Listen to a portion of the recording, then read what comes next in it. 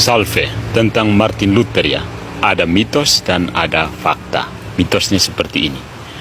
Martin Luther adalah seorang reformator sederhana yang ingin membersihkan gereja dari korupsi dan penyalahgunaan. Tetapi ketika dia menantang Paus tentang masalah indulgensi, dia dikutuk secara tidak adil yang memaksanya untuk keluar dari gereja.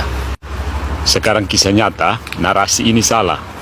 Luther adalah heretik yang tidak bertobat yang ajarannya menyebabkan kerusakan yang tidak dapat diperbaiki bagi gereja Katolik dan peradaban Barat.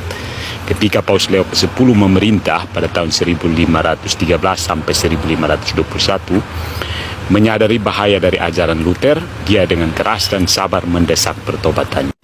Lanjut, Martin Luther adalah seorang biarawan Katolik yang menyangkal kaul kebiaraannya dan meninggalkan gereja karena dia punya banyak masalah dengan korupsi yang terjadi di Jerman. Korupsi ini membuat dia sangat resah sehingga dia memutuskan untuk keluar dari gereja dan mendirikan gerejanya sendiri, yakni Gereja Lutheran. Gereja Lutheran adalah denominasi pertama dalam Protestantisme. Dan segera sesudah Martin Luther mendirikan gerejanya, sekelompok orang mengikuti trendsetter ini dan mereka semua mendirikan gereja mereka sendiri.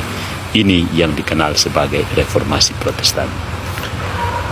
Semuanya ini dimulai pada tanggal 31 Oktober 1517 yang merupakan kejadian masyhur dalam sejarah di mana Martin Luther membuat suatu daftar dari segala keluhan yang dia miliki terhadap gereja Katolik dan dia memasang daftar ini di tembok katedral di Jerman. Daftar ini dikenal sebagai 95 tesis Martin Luther. Roma setuju dengan Martin Luther terhadap lebih dari separuh tulisan di daftarnya, antara 45 sampai 50 poin.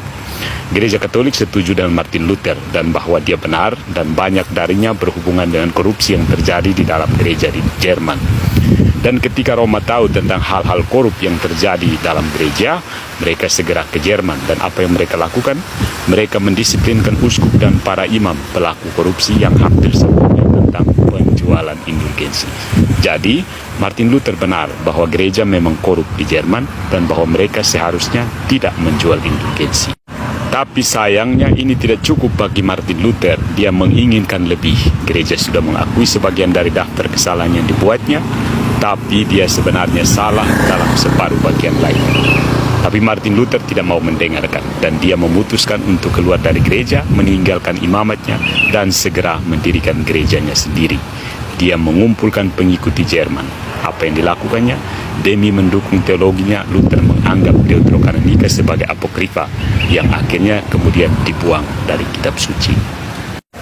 Ketika Martin Luther melakukan hal ini, dia membuka sekat pintu air bagi banyak orang lain di Eropa Barat untuk melakukan hal yang sama.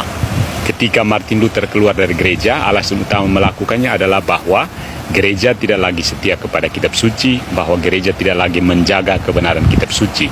Jadi Martin Luther memindahkan otoritas untuk menjaga kebenaran kitab suci ke dalam dirinya sendiri. Dia menolak magisterium atau kuasa mengajar yang ditetapkan oleh Tuhan Yesus dan dia menjadikan dirinya dalam posisi tersebut. Martin Luther menjadikan dirinya penafsir dari kitab suci. Begitu Martin Luther melakukan hal itu, ada orang lain di Eropa Barat yang berkata, kalau Martin Luther bisa membuat dirinya menjadi penafsir kitab suci, kenapa saya tidak? Kenapa bukan tafsiran saya atas kitab suci yang benar? Saya tidak perlu mendengarkan tafsiran gereja Katolik. Saya tidak perlu mendengarkan tafsiran Martin Luther juga. Saya bisa menafsir sendiri. Jadi di Eropa Barat di abad ke-16 ada sekelompok orang yang berkata, tafsiran kitab suci sayalah yang benar. Bahkan melampaui tafsiran kitab suci dari kuasa mengajar infalibel yang diberikan oleh Tuhan kepada gereja. Dan itulah intinya Reformasi Protestan.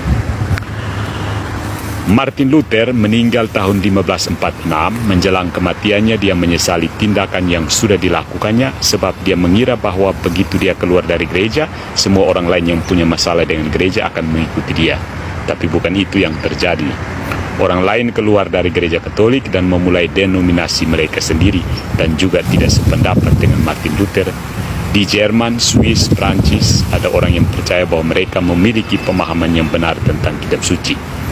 Pada saat menjelang kematian, Martin Luther sudah terdapat 200 denominasi di Eropa Barat ya. Jadi kalau sebenarnya mau mereformasi gereja, sebenarnya Protestan sudah tidak berfungsi lagi, sudah tidak berguna lagi, karena toh gereja sudah direformasi pada Konsili Trente.